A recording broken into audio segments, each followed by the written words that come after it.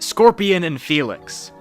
While Karl Marx is today known as a non-fiction author, in his early work he did write some fiction. Scorpion and Felix was an unpublished comedic novel by Marx, said to be partially based on Tristram Shandy. Like most who were critical of it, Marx was ashamed of most of his fictional writing and poetry. Scorpion and Felix was no exception, with most of it ending up burned. The novel technically wasn't even finished, though there were believed to be 48 chapters written. The first 9 chapters are completely lost, with little bits and pieces of the other parts of the book existing in some form. Some chapters have as little as a single sentence remaining.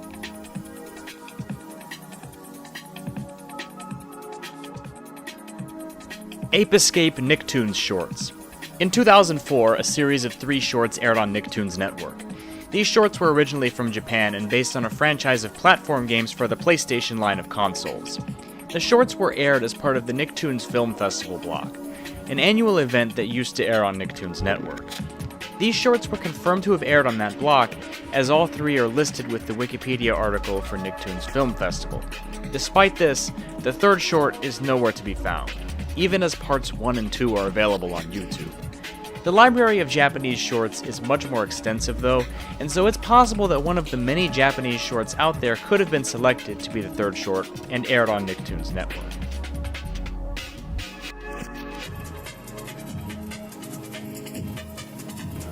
Noah Knows Best. This was a Nickelodeon sitcom from the early 2000s, about a typical teenage boy and the situations he would get in and out of. It was often compared to Clarissa Explains It All as the male version of that show. The nostalgia critics said of Clarissa Explains It All that its aesthetic was like the 80s were trying to die and the 90s were trying to define themselves as a decade. In a certain way, No One Knows Best was like that, but for the 2000s trying to define itself as a decade. The show was rated low, leading to cancellation after just 8 episodes, with the final 5 episodes never being aired. The entire series is found in Russian, but the English versions of certain episodes either are partially lost or entirely lost. Honey? Jeff, this is serious. Why waste a decent curfew on Megan? Here it is a Friday night and she's sitting here watching TV with you? Son, it's deafening. What is? The sound of you digging yourself in deeper. For once, Noah, he's right.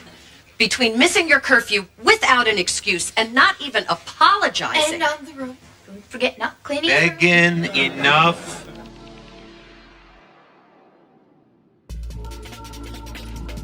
Whizzle Falls. This was an NBC pilot that aired in 1983, starring actor William Conrad.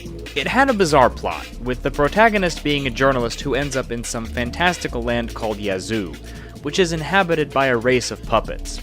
This pilot was created by none other than Johnny Carson's production company, but would end up being one of Carson's regrets from his career, which was written about in the biography Carson the Magnificent.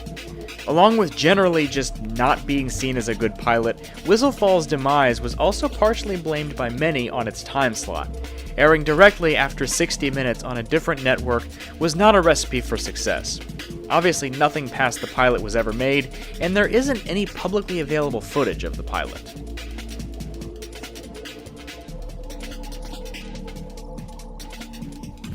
Pokemon 3 Original Draft. When you watch the Pokemon series or play the games, it's natural to wonder why there aren't real-world animals in the Pokemon universe, even as the show sometimes does reference them.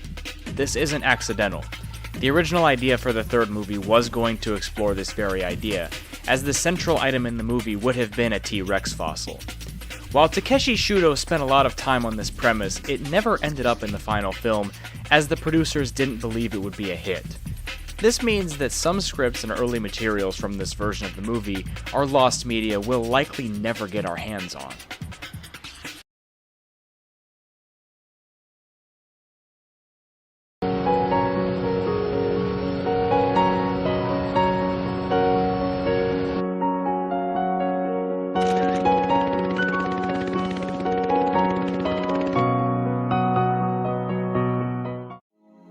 We Fly. German developer Factor 5 originally envisioned, through their partnership with Nintendo, a Cold War-themed Pilot Wings game for the GameCube. This fell through during development, and Factor 5 moved on to developing ports of their Star Wars games for Xbox. These ports never even came out, but the Pilot Wings idea was recycled for the Wii. There was even a pair of glasses that tracked head movements planned to be used for the game. Obviously, these never materialized, and neither did Wii Fly, after Factor 5 was shut down due to lawsuits, financial issues, and not being able to pay the workers. These issues obviously fed into each other.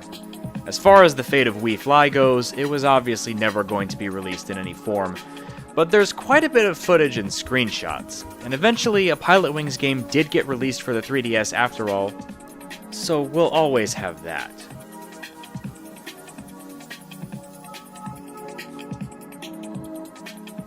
Lord of the Rings: The White Council. In 2007, Lord of the Rings: The White Council was an RPG set for release on PS3, Xbox 360, and PC. Gameplay-wise, not much is known, as you could choose different races for your character in-game, which would determine the story that would play out. The game was supposed to have a vast world to be explored, which is supported by the many screenshots that have surfaced. The game was said to have management issues, which delayed the release. While it was never formally cancelled by Pandemic Studios, it's presumed to be cancelled since there's been quite a bit of time that's passed, and multiple console generations, with no word on when a release would happen. In addition to the aforementioned screenshots, there's also a bit of test footage available.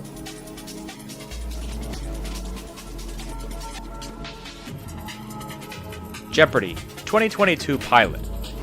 In 2022, Jeopardy was planned to be revived in the British market on ITV. Planned to be hosted by known daytime presenter Richard Madeley, this Jeopardy was, well, Jeopardy. At least, that's what we were led to believe. Multiple sources reported the pilot's recording and subsequent rejection by ITV executives, but that's only part of the story, as in 2024, a version of Jeopardy hosted by Stephen Fry did air with very few changes, if any, to the original version. This suggests one of two things. Either the Madeley version changed many things to the point that the show was unrecognizable, and that's why it was rejected, or it was rejected simply because the execs didn't like Madeley as a host. Whatever the reason, this pilot hasn't been made public and likely never will.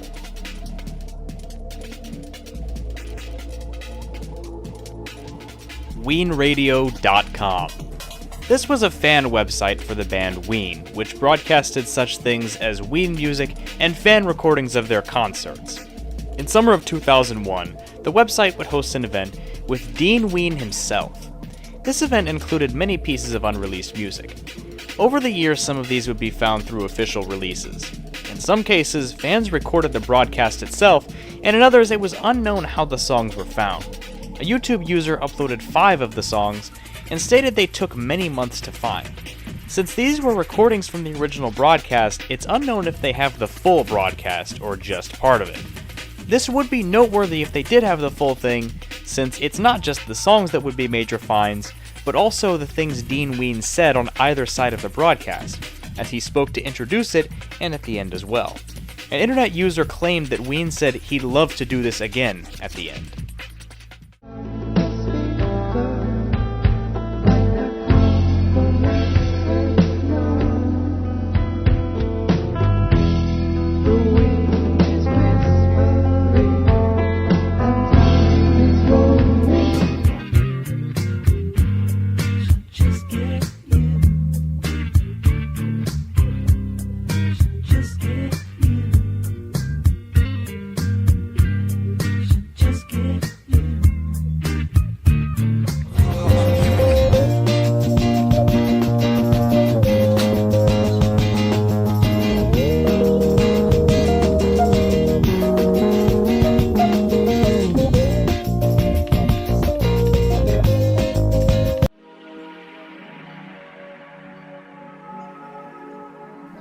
Empress Chung. I originally spoke about this lost Korean animated film in episode 22. What we knew then was that it was originally released in theaters in 2005. It was notable for releasing in both North and South Korea, which was unheard of. It was also an award-winning film. But despite those accolades, the film ended up lost due to no home media release. There was rumored to be a DVD release in North Korea, but this never led anywhere until late 2025. In October, a Yahoo Japan listing containing some marketing materials from the film, as well as a copy of the film, was bought by a YouTuber, and subsequently uploaded on December 31st. The film is now found, and this was one I did not expect to become found.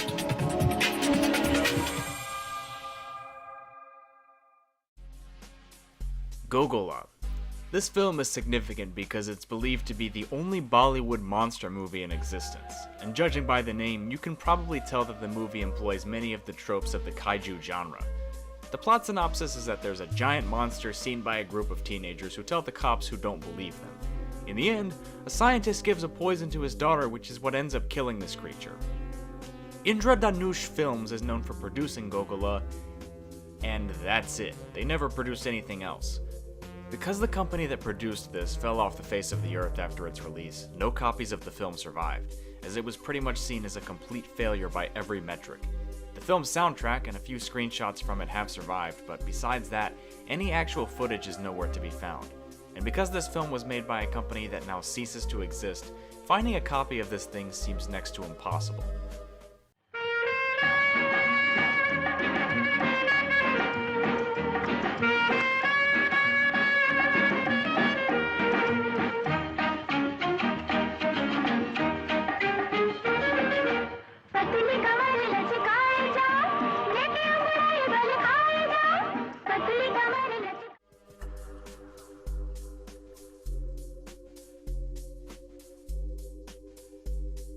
Donkey Kong Plus. Mario vs. Donkey Kong is a really underrated title for the GBA, as it's one of the most fun and innovative games on the platform. But few people know that the game actually had an earlier version that was more ambitious. This version, under the name Donkey Kong Plus, would have taken advantage of the GameCube Link feature, where players could create stages to play on the GameCube, and then port them over to the GBA to play them. It's unknown why this feature never survived in the final version, although there was a level editor in the sequel for the DS. There is some video of the level editor feature being used, but not very much of it. That small sample, combined with a few screenshots, is all that's survived.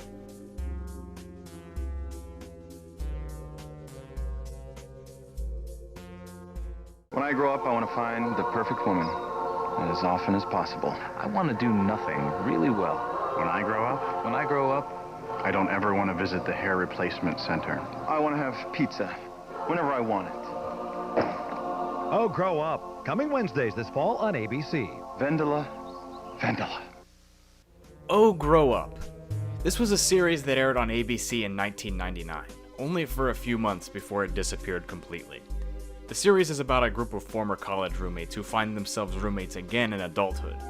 The series had a rather turbulent existence on ABC, struggling to find an audience, and the change in time slot to accommodate Who Wants to Be a Millionaire didn't help matters, as it only further alienated viewers, as if the immature humor and overall dumbed-down feel of the show didn't do that enough. The pilot was on YouTube for a short amount of time but was later removed, and because of that, there now exists zero footage of the show available. All that exists today is the short promo you just watched.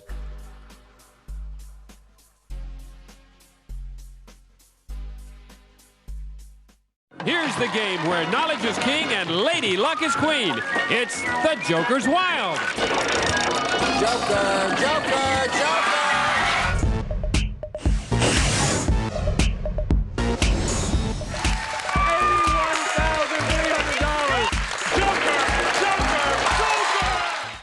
The Joker's Wild 2006 reboot. The Joker's Wild is an iconic game show from the 70s. When people think Joker's Wild reboot, most of the time what comes to mind is the reboot hosted by Snoop Dogg a few years ago. There were actually multiple attempts at rebooting the game show in the mid-2000s, however, and obviously they failed at doing it. In 2006, a couple of pilots were taped for a planned syndicated run the following year.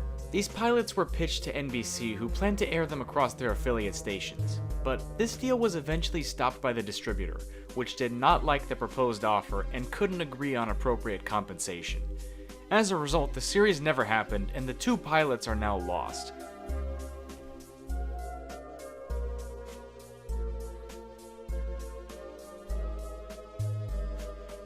Mario and Sonic at the 2014 Olympic Games 3DS port. At this point, it's pretty well known that the Mario and Sonic at the Olympics series is a staple every 2 years, releasing for whatever the current Nintendo console is at the time. The 2014 edition, Mario and Sonic at the Sochi Winter Olympics, was the first game in the series to not have a handheld port, as all the previous entries in the series did have one. David Corliss, the at the time Sonic brand manager, gave a vague answer in an interview that could be interpreted as a 3DS version not being planned to release, opening up the possibility that there was a 3DS version at one point in development. Some evidence in favor of this being the case was a listing on the UK version of Amazon, and the fact that for the 2016 Olympics the game did get a 3DS port. It's unlikely we'll ever get any kind of closure as to whether the 3DS version ever existed. Very good though. Should buy it. Yeah, I thought it was some confusion about whether or not there be a 3DS version, but Why there's no 3DS version? there's There isn't. isn't. No. Okay.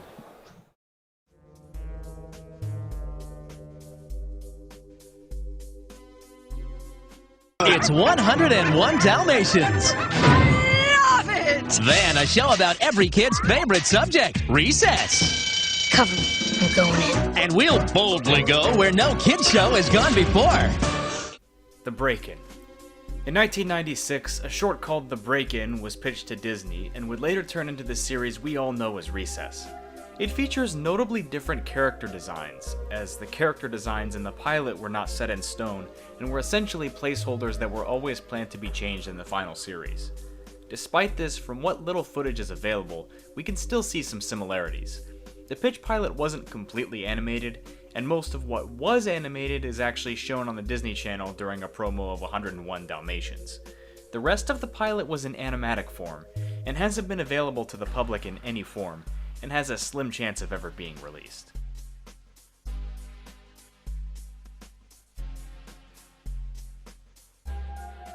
Grand. This was a sitcom that aired on NBC in 1990.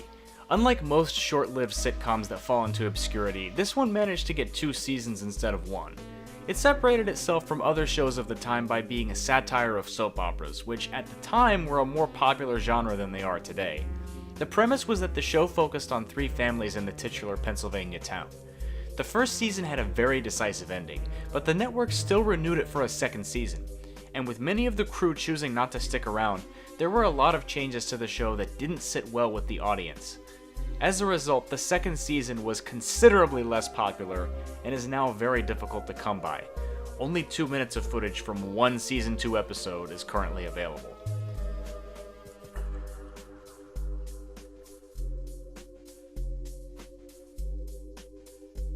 The $1 Million Pyramid. The $1 Million Pyramid is a Wii game based on the Pyramid series of game shows.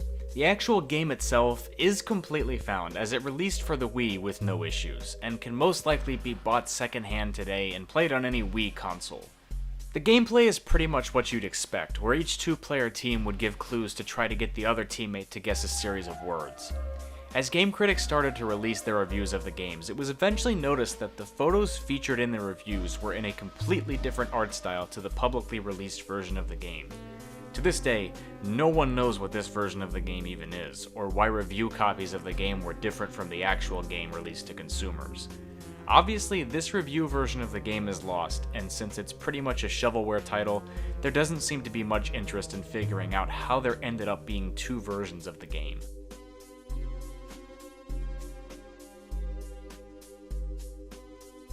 Bones Skeleton Crew. In 2006, a web series was released that was meant to be a spin-off of the popular series Bones. This web series, entitled Skeleton Crew, did not use the same cast as the actual show. It was available through a subscription service called Sprint TV, which no longer exists, but was also released on Bones' website. The series contained 22 episodes. Every single one of them is completely lost, and it's unknown how findable they really are, as reliable methods for recording and archiving them were a lot more difficult in 2006. A collage of screenshots and the synopses of each episode are the only evidence this web series existed in the first place.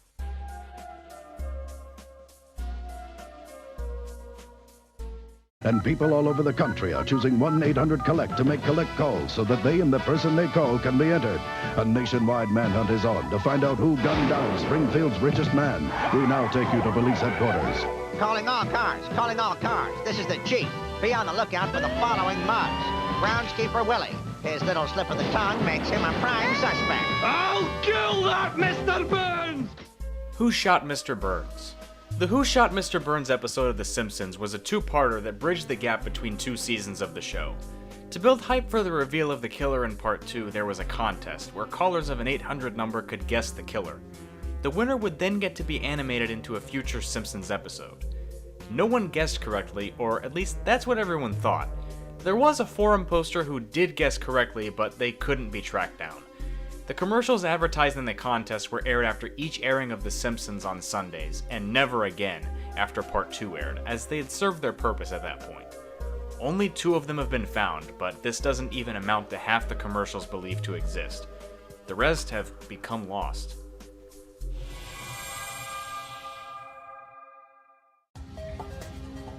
Star Ocean Blue Sphere. While the Game Boy Color game with this name has been accessible for its entire existence, the same cannot be said for the mobile game based on it. The Game Boy Color game released in 2001, and 8 years later, the mobile game based on it was released with some changes and additions made to it. New graphics, artwork, and gameplay mechanics were added to add to the overall experience, and to make tweaks so the mobile experience was a lot less clunky than it could have been. Unlike most JRPGs, combat was not turn-based, which set this franchise apart from others, and even with that, since this game changed the gameplay from the original game, that meant it was a departure from the norm. Sadly, Square Enix cut off support from the online servers, and since those were required to play the game, and apparently no ROMs are known to exist, the game will likely remain lost.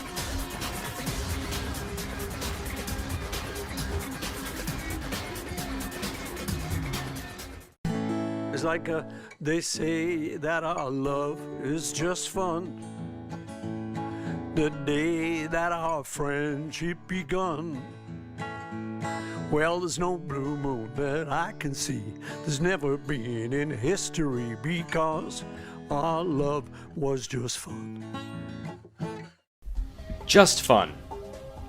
What you just heard was a snippet of what's generally known to be one of the first Beatles songs ever. The song was called Just Fun, and it was written by John Lennon and Paul McCartney in 1957.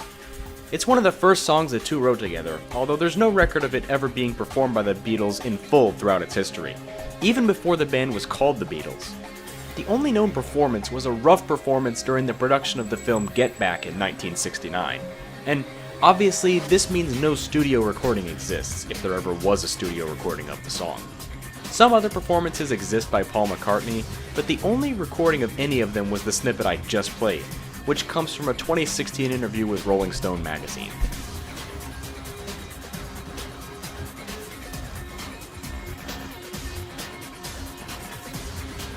Die Hard 2 for the Sega Master System. Developed by Tiertex, this game was supposed to release for the Sega Master System in 1992. As you can probably tell, the Die Hard 2 game was based on the movie of the same name. Other systems had no problem releasing this game, such as the Commodore 64 and Amiga. Some British magazines had previewed the game and announced release dates. These changed from January 1992 to March 1992, until the game was once again delayed to September of 1992. After this, the magazine Sega Pro announced that the game was indefinitely postponed for quality reasons, as Sega was not satisfied with the game. It's worth noting that Tiertex had a reputation for developing low-quality games, so this was no surprise. Since the game was finished, it's unknown if any copies were ever made and kept by insiders, and besides that, no ROMs have leaked either. Ever since Bioforce Ape got found, you can never say never on video game searches like this, though.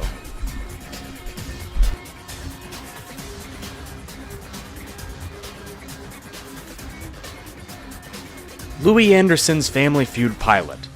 In the 90s, for a short period of a few years, Family Feud had gone dormant.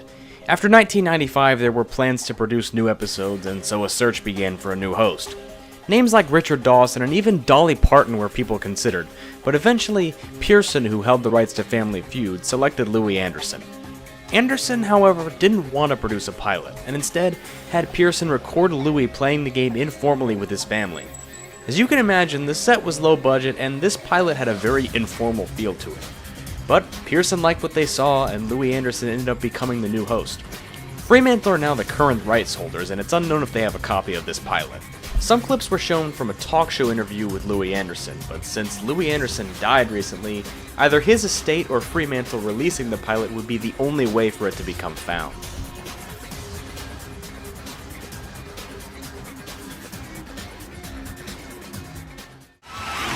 Feel the need for green. I want that money, Chuck. Go for the money. I'm so sorry. Is Buddy Holly worth $1 million? Yeah. Unbelievable.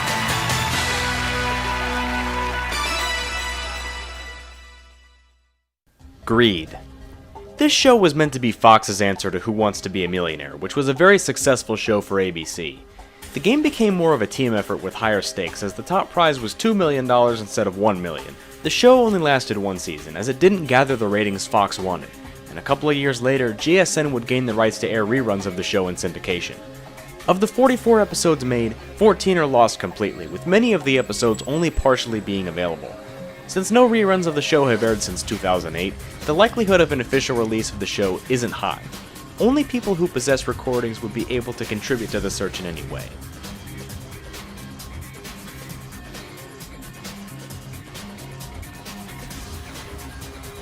Sister Sonic. To localize the game Popful mailed to an American audience, Sega decided to reskin that game as Sister Sonic for the Sega CD. Popful Mail was a PC game in Japan and did eventually get a proper release on the Sega CD, but not after backlash from fans. It was announced that a new RPG was planned to release entitled Sister Sonic, and after finding out it would be reskinning the release of Popful Mail, fans weren't too happy, eventually leading to Sega changing their mind and releasing Popful Mail in its original state. Obviously, because of this, the Sister Sonic reskin is lost. It's unknown how much of the game was finished before the decision was reversed. I guess you could say Sega really tried to mail it in there, didn't they?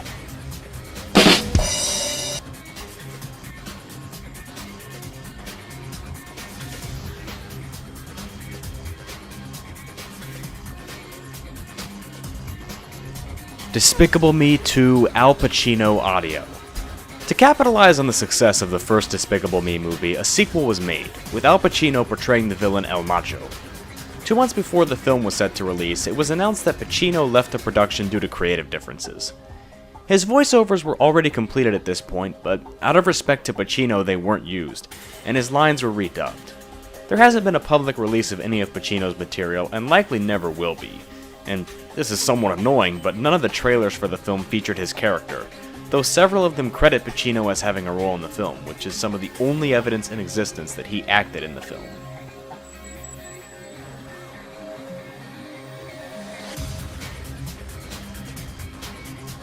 SpongeBob Got Milk TV ad. In 2001, many magazines ran an ad for Got Milk, which shows SpongeBob and Patrick drinking chocolate milk and getting it on their face, where the third frame implies SpongeBob absorbed the milk. While the Got Milk ad campaign has featured many celebrities and fictional characters in print, they've also made plenty of television ads, especially in the early 2000s. And despite this magazine ad surfacing, people still remembered a similar TV ad airing around the same time, but no one could prove its existence. That was until this screenshot surfaced, showing a very similar setting to the magazine ad.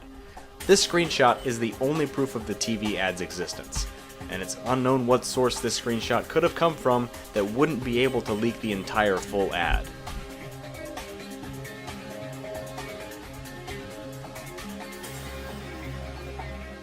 Some can be gems. A diamond ring. Rocked it, nailed it, rotate. Circle, See me after sun, it rains. Rainbow. Rotate. Win, Lose, or Draw. This was a game show that aired on the Disney Channel back in 2014. It was actually based on a game show of the same name that aired on NBC back in the late 80s and early 90s. The game involved contestants with actors from Disney shows performing tasks dealing with drawing, hence the name. The show was like a blip on the radar, though.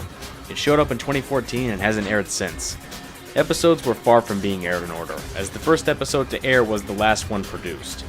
Of the 40 episodes that were produced and aired, only 10 are still fully available, with sporadic clips of other episodes in varying quality on YouTube. It's unknown if a Disney Plus release is in the cards, as that seems to be the last hope for a lot of lost Disney media to become found.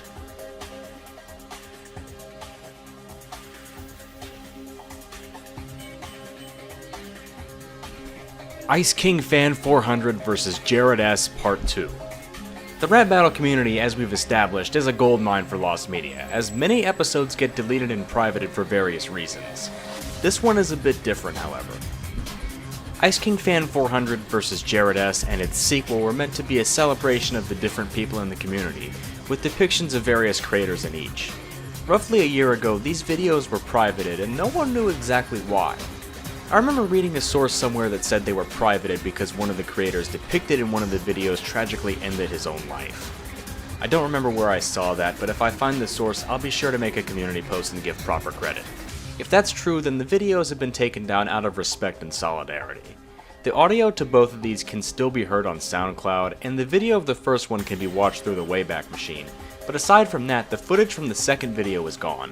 And due to the allegedly heavy nature of why the videos were privated, it's unlikely we'll get to see them on YouTube again. The Slayers, Fox Kids Edition. The animated series The Slayers originally aired between 1995 and 1998, but in 2001 was acquired by Fox Kids for airing in the United States. Cartoon Network was also apparently vying for the rights to the series, but obviously lost out to Fox. However, due to Fox Kids targeting a younger audience with its programming, if the name didn't give it away, the voice actors had to re-record lines, and inferentially we can imagine other forms of censorship happening. It's confirmed that Lisa Ortiz re-recorded several lines, with one notable example being to remove a reference to blood. It's unknown how extensive these redubs were, and since Fox Kids never actually aired The Slayers, these redubs are lost.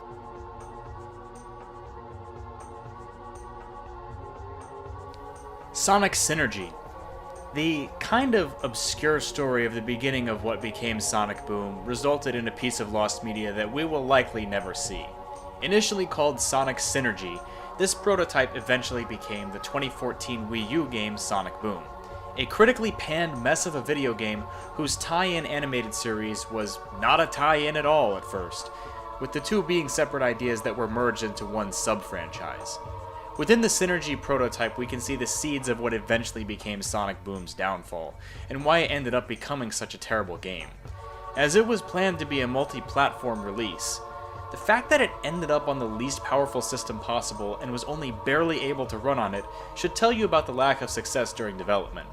There was also a planned multiplayer battle mode and a more serious story, neither of which was present in the final game. Eventually, the Sonic Boom aesthetic was slapped onto the game in a last-ditch attempt to save some kind of aspect of its branding, and as a result, the standalone original builds are lost.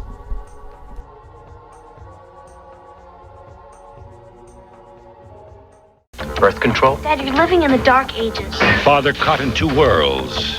I'm 15 years old. You're 15 years young. Trying to understand. You blew it, Dad. Becoming a family. I don't know what the rules are, Robin. Heart of the City, followed by Spencer returning Saturday. Heart of the City.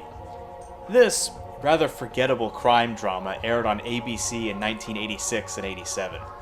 The only sort of notable thing about it is that it featured Christina Applegate before her notable role on Married with Children. This story goes that Wes Kennedy is a cop whose wife was murdered, and so he tries to spend time with his two children. An interesting premise, but its execution must have lacked something, because the concept only got 13 episodes before cancellation.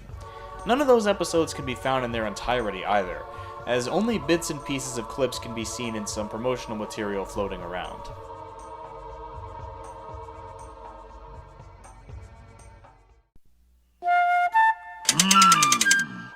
Isn't that cute? But it's wrong! Wrong! Still wrong! Two Stupid Dogs bumpers. The Hanna-Barbera cartoon Two Stupid Dogs aired on TBS originally in the 1990s, and was not only a series, but also came on as a set of bumpers on TBS. The small piano skit, known for being a rather iconic moment of Two Stupid Dogs, is actually a part of this set. What's unknown to most people is that that clip is one of many bumpers, all of which, except it, are lost. Those shorts' airing history is pretty mysterious, and because of this, tracking down the rest has been proven to be a rather difficult task. There's believed to be at least 2 others, and their whereabouts are unknown.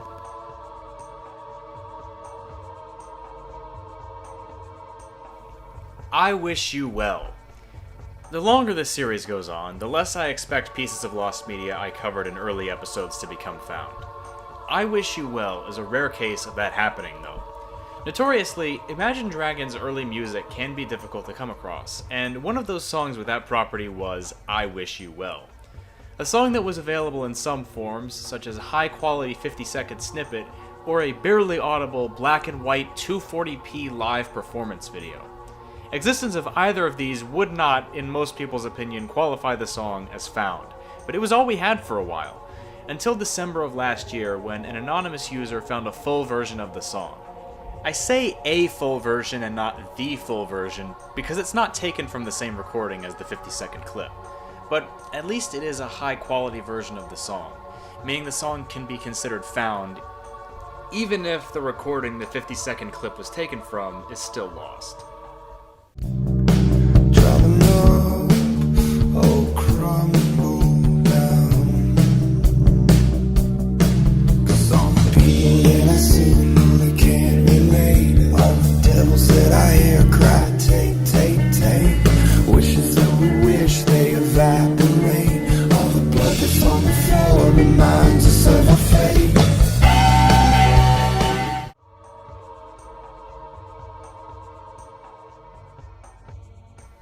Grand Theft Auto V Wii U version.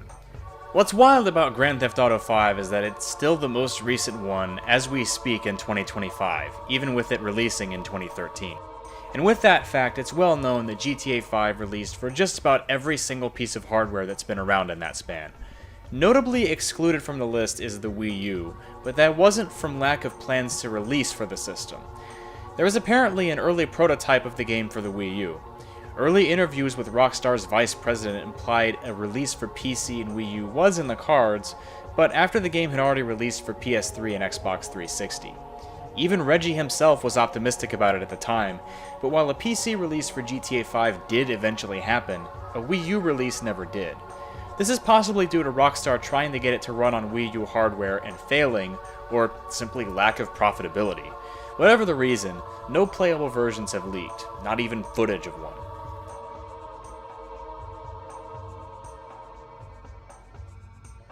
Drawn Together pilot. Inspired by reality TV, Drawn Together was a show about spoofs of various cartoon characters living under one roof, and the conflicts that ensue. In episode 41, I talked about that show's pilot that had a lot of information unavailable, and no moving footage being seen anywhere. It was never released in any home media form, and it wasn't really acknowledged that much after the series ended and the movie released. Apparently the people that produced the pilot weren't very fond of it, resulting in it being kept under wraps for a long time. Recently, a YouTube user found the lost pilot, but not just any YouTuber, it was actually one of the co-creators. And so, if you've ever wondered what Drawn Together was like before it was truly a show, there you go.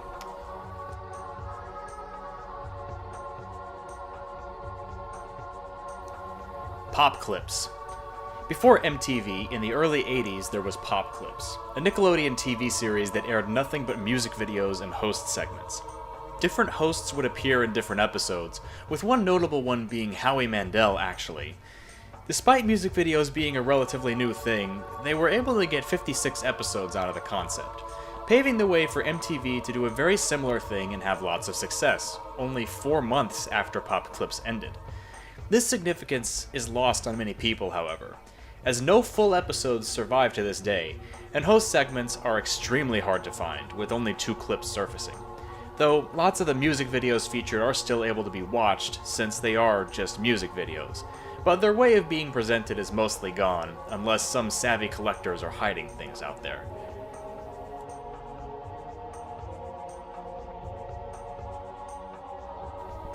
Dumbo 2. All the way in 2001, 60 years after the original aired, Dumbo was planned to get a sequel, called Dumbo 2, likely to be one of the direct-to-DVD sequels Disney pumped out a lot at the time.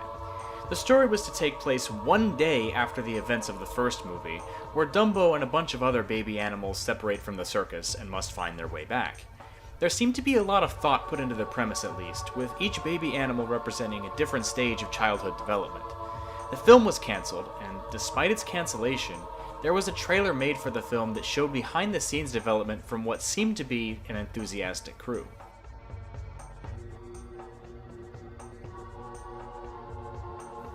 Family Guy pilot.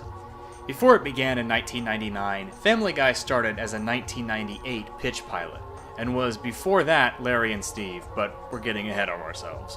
We're talking about the pitch pilot today, as I originally did in episode 8. At the time, what we knew about the pitch pilot was that it had a similar plot to the actual first episode, Death Has a Shadow, which isn't very surprising, a lot of shows do that.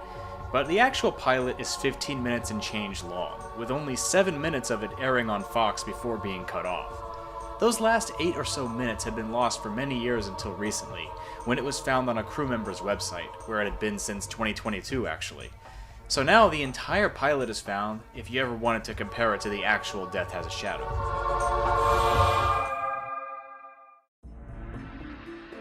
The Marvelous Misadventures of Flapjack, Wedgie's pilot. For those of us that remember The Marvelous Misadventures of Flapjack, it was certainly an interesting show.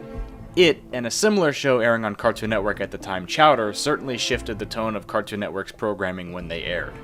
However, The Marvelous Misadventures of Flapjack also has a lost pilot, with a lot of mystery surrounding it.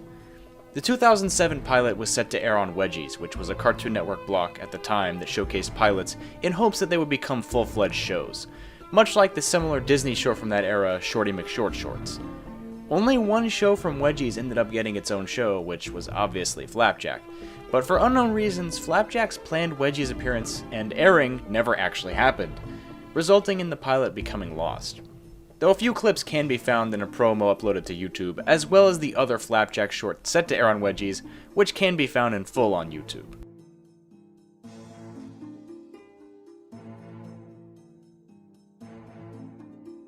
Public Eye. Public Eye was a drama that aired for 10 years between 1965 and 1975, about an, as the wiki says, down-at-heel inquiry agent Frank Marker, and the numerous cases he would undertake. In total, the show had 7 seasons, with the first 3 airing on ABC, which is not the same as the American TV network of the same name, as this was a British show. Those first 3 seasons were victims of the tape-wiping practices commonplace on television at the time. The other 4 seasons, produced by Thames Television, are completely found, while only 5 episodes, or a little less than 1 in 8 of the episodes from the ABC seasons are found. Additionally, some episodes are partially found either in the form of short clips, or just the audio from the episodes.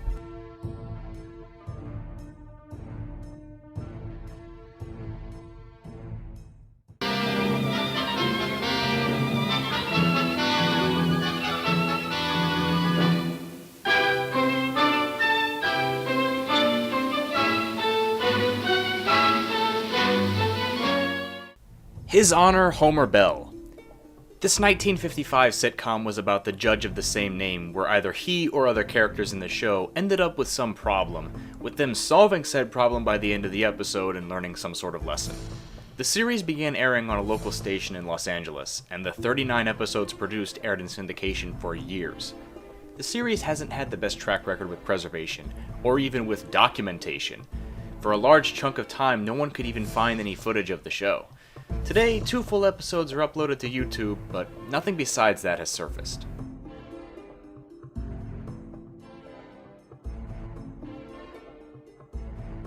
Blank Check. Blank Check was a game show that aired in the early months of 1975, hosted by Art James. It was not remembered well, with some calling it a guessing game, and with the format being as luck-based as it was, it's easy to see why it had that kind of reputation. With one player designated as the check writer, they would randomize 5 digits, where certain combinations of digits would lead to bonus prizes. Then every player would be asked a question. The first person to ring in and answer correctly would get to challenge the check writer and guess the digit the writer secretly chose, and if that person guessed correctly, they then swapped places and won whatever numbers had been entered into the check.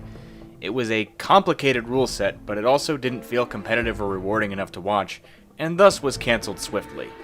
The show hasn't aired on TV since 1975. 2 pilots of the show were made, with the first pilot being viewable on Dailymotion, and the second pilot being lost publicly as it's held at the UCLA Film Archive.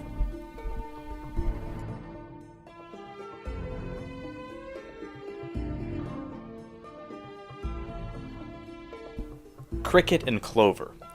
This was a planned album by the band Panic at the Disco, sometimes called the Cabin Album, as it was created in a cabin rented by the band specifically to work on a new album in after their 2006 tour. It's said to be different than anything they've ever made. Since I've never listened to any of this band's music, I don't know if that's a good or bad thing, or even if it was the intended direction of the creation of the album. What we do know is that the band wasn't happy with production, thus leaving this album scrapped. Only 2 titles are known to be from this album, 1 song which is completely found, and another song with only a few clips available. It's unknown how many more songs are completely lost.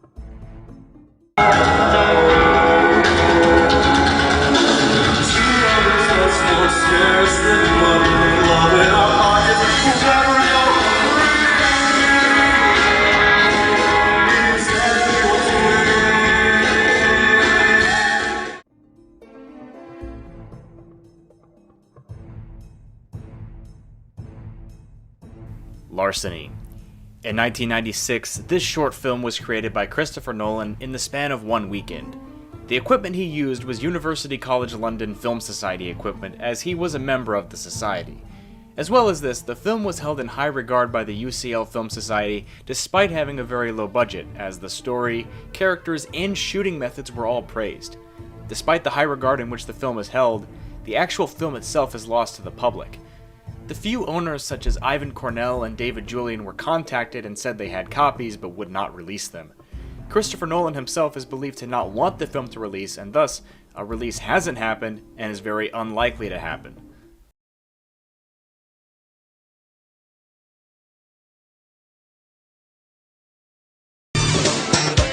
One of the first things that I drew when I was 2 years old was Fred Flintstone. I would copy the characters off television.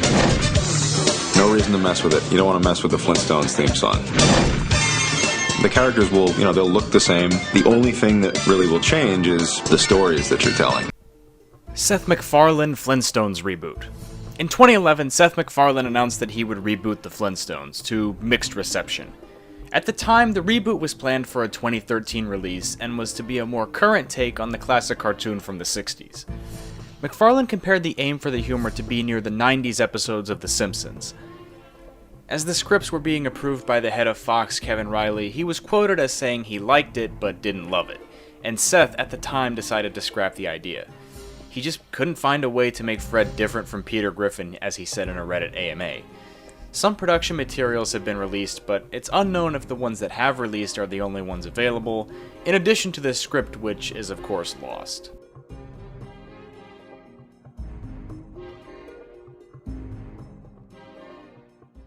Come on, Grant, let's get you moving. Eric, have you checked the tyre pressure? You can't cut corners on safety, not even on the shortest trip. There you go. Oh, he's a good boy. It's a pity he doesn't have a better home life. Days Like These.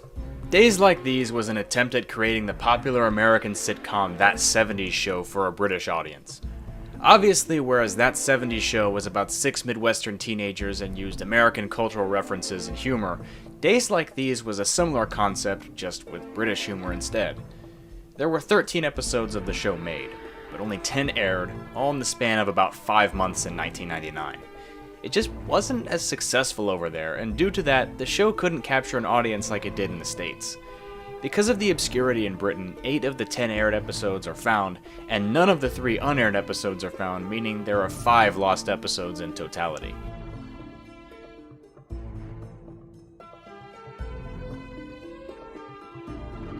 Action 52 Super Nintendo port.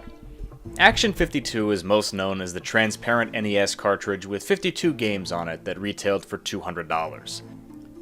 It was a critical and commercial flop, leading to very little sales of anything else after the original NES game. Eventually there was a Sega Genesis version, and at one point there was a planned SNES version that never made it to store shelves. The only evidence of the planned SNES version was an advertising sheet distributed to retailers, but no copies or prototypes of the planned SNES port of Action 52 have surfaced. There's conflicting evidence from developers as well, with some mentioning the SNES port and others denying its existence.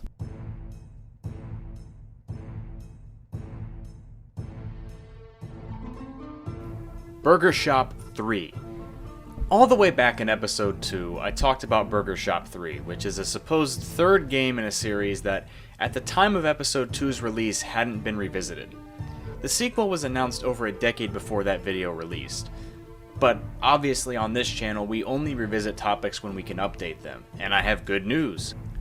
A pre-release prototype version of Burger Shop 3 has finally been released for Steam. It's a bit disappointing that after 13 years, all that's been made is a prototype that uses a majority of assets from the second game, but it's nice to have anything at all, as I pretty much thought the franchise was dead. Hopefully when the completely finished product releases, it's worth the wait.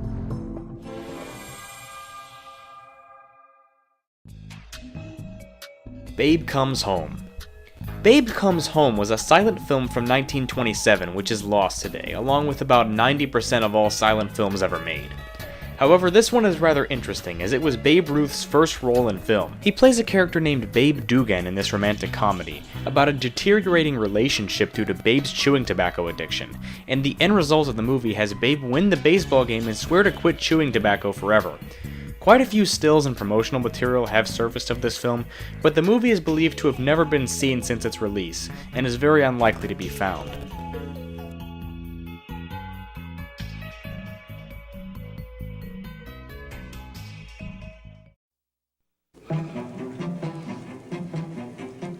Today, 16 players are here are trying to win $50,000. Every one of them holds a different riddle, but only one of them holds the jackpot riddle. You never know when someone in the game will stand up and yell, "Jackpot!" Jackpot was an NBC game show that aired in the 1970s. The format of the game is quite complicated from the research I've done, and even after watching this show I'm not quite sure I understand it. In the best way I know how to describe it, one person called the king or queen gets asked riddles worth various dollar amounts by the audience, and if they get it wrong, they swap places with the audience member. While the show's original run aired in the 70s, there were some times when the show was brought back in the 80s. In total, there are about 450 episodes of this show, and while a large portion of audio recordings exist, only one episode has been found in both audio and video form. Since this show never got any reruns or home media releases, only those who recorded the show when it aired would have a chance at finding episodes, unless they're somehow locked away in the NBC vaults.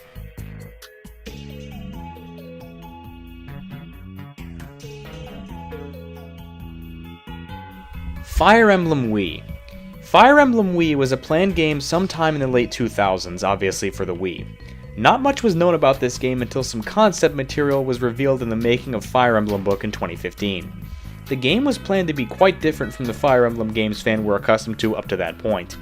The game would have been in 3D with a zoomable camera. As well as this, combat would not be turn-based, and instead the game would have been a real-time strategy type game. The game was cancelled early on, so very few concrete ideas were agreed on, and it's likely that ideas from this game were used in future Fire Emblem games. Aside from the concept material seen in the book, there's very little information about this game.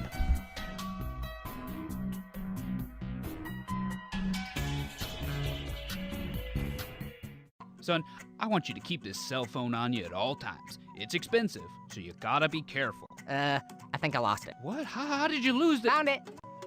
It broke. Cricket, you gotta be more... Somebody call the fire department? Seriously? Sorry. Country Club. This is an interesting piece of lost media because we don't actually know if it's lost. It's supposedly the test pilot for the Disney show Big City Greens, about a farmer losing his farm and moving into his mother's house in a big city.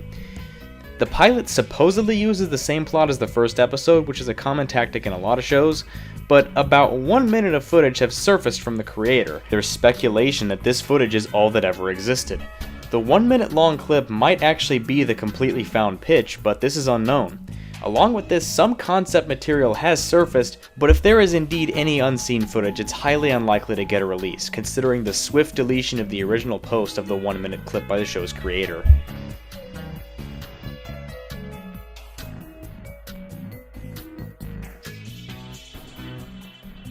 Who Wants to Be a Millionaire Australian Edition. Who Wants to Be a Millionaire is a very iconic game show around the world.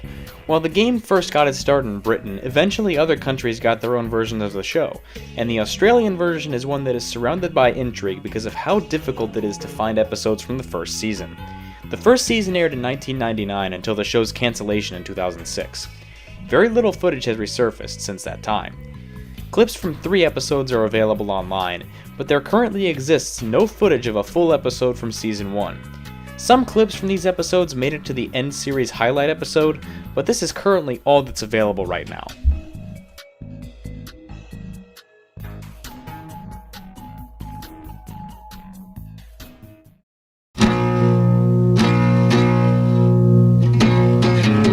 Oh, this song's called Opinion.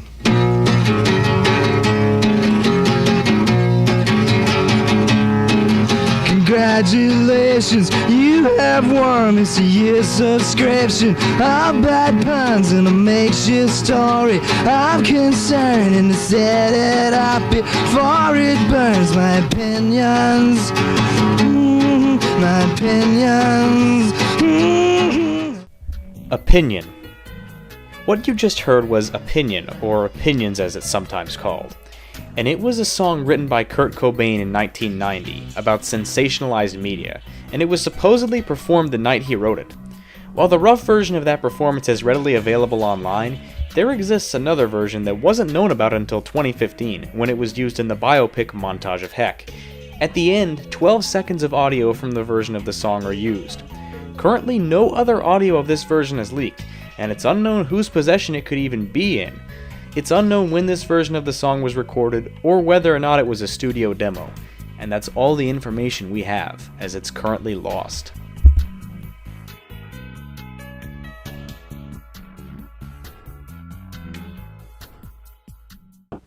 She's as headstrong as Moesha. Fight me. She's as clueless as Cher. I'm as strong and a band geek and a majorette. And as rebellious as... What is this, Hyde the Bastard? Meet Joanne.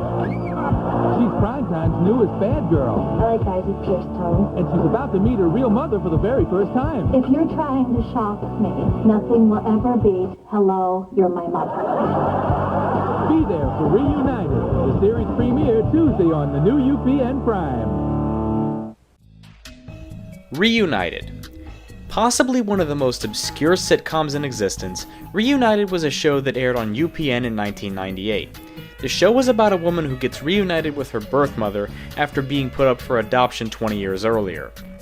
The premise of the show is kind of mundane, and combining with the late time slot the show was placed in on UPN, it led to a Nielsen rating of 0.9, meaning the show had only about 900,000 viewers per episode. The ratings were so low that the show was cancelled after only 7 episodes, and after only 6 of those episodes had aired. No footage from any of the episodes has survived except for a single promo uploaded to YouTube.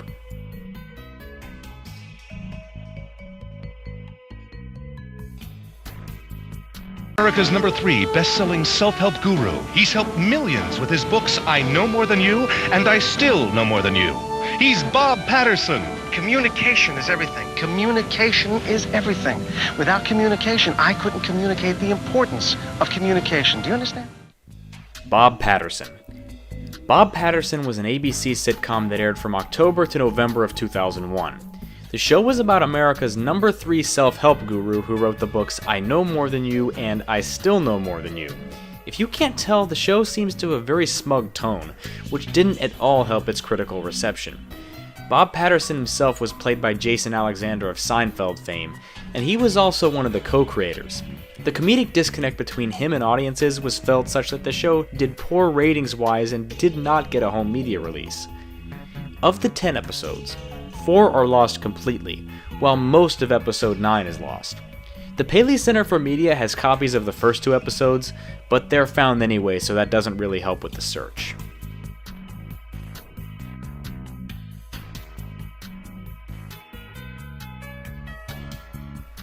Al-Shamshun. The Simpsons is quite possibly the most iconic TV animated series in existence, having aired episodes since the 1980s and still going. To adapt to a foreign market, an Arabic version was made called Al-Shamshun. As with most foreign adaptations of shows, changes were made to better fit the culture. In certain parts of the Middle East, episodes of The Simpsons were already airing on TV in English with Arabic subtitles, so the region was acquainted with the show. But in this version, specifically made for an Arabic audience, the changes were so drastic it alienated the audience. As everyone knows, one of Homer Simpson's defining traits is that he loves beer, but since alcohol is forbidden in Islam and illegal in a lot of Arabic countries, references to alcohol and any scene taking place in Moe's Tavern were removed. As well as this, all the references to Judaism and things like bacon were removed as well. In this version of the show, the first 3 seasons were completely skipped, and the new Arabic dub started at season 4. Since its release in 2005, 34 episodes aired before the low ratings and poor reception got the show cancelled. 18 episodes were made but not aired, thus totaling 52 episodes. To this day, the 18 unaired episodes are lost.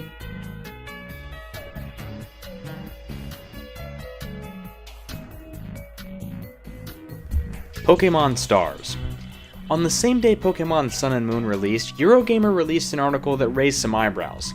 This was because the article built hype for a follow-up game to Sun and Moon to be released the following year for the Switch. The game would be called Pokemon Stars and would be a follow-up to the previously released games with some upgrades such as new Pokemon and upscaled resolution to 720p. Obviously this game was never released, and Generation 7 has come and gone, but it's unknown for what reasons and at what stage the game was scrapped, if it ever existed at all. Ultra Sun and Ultra Moon did release in 2017, and were upgrades to the previous games except released for the 3DS. Even on the official Pokemon website around the time of its announcement, Ultra Sun and Ultra Moon were said to be released for the 3DS and Switch, however this was changed not too long after.